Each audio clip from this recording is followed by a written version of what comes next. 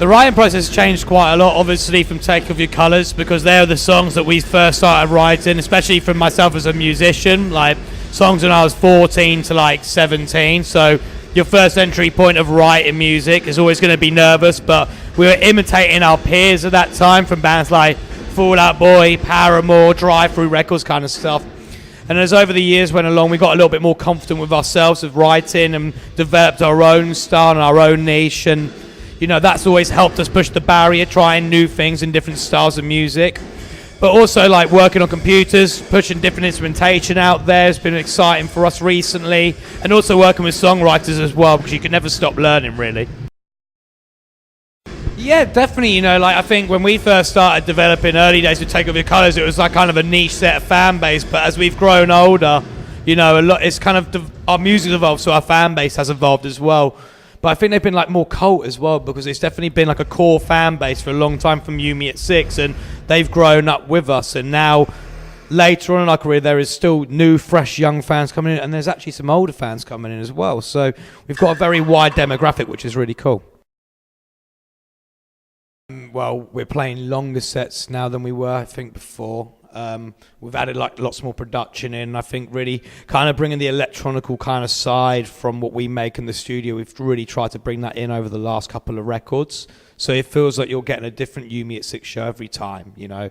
I think it's always important because, you know, being a band for 12 years, some people might have seen us for a long time now. So how do you make it exciting for them to be like, I want to go see You Me at 6 again, because I don't know what you're going to get from them. So we're always trying to find new tricks. You know what? You can't beat classic You Me at 6 songs. I think the crowd love those. So anywhere from like Underdog to Bite My Tongue, Lover Boy, like Live the Lie, you know. And then even if we're talking new ones, I think people really react well to Fast Forward. It's just such an energetic song that gets a crowd moving. I would say Madison Square Garden. Just because it's iconic, you know, like when you hear bands, when you go to the stations, oh, they're playing Madison Square Garden. And I think maybe I'm saying it because I went and saw Arctic Monkeys do a headline show there in a box, which was like pretty special. So I always thought if that could be me doing that, that'd be amazing.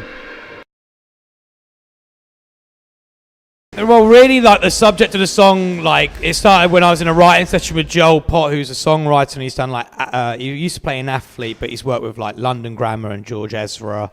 We were just kind of, I said to him, I just want to recreate a Friday night feeling when people finish work. What's going to be the soundtrack to their weekend to get them in a good mood? So, and I think when Josh heard it, it was like, this sounds really bright, but I want to take it into a different place so it kind of counteracts and gives it a bit of a different outlook. So he was talking about his recovery, you know, like when you have something that happens in your life and how you bounce back from that.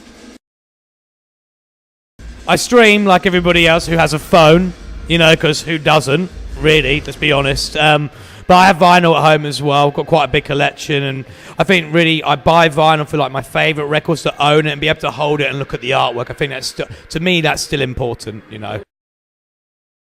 My favourite vinyl I'd say I've got a mono version of the Beatles Sgt. Pepper that I picked up in America, and when you hear it in mono compared to stereo, it's so different. And I think it's just an experience everybody needs to hear.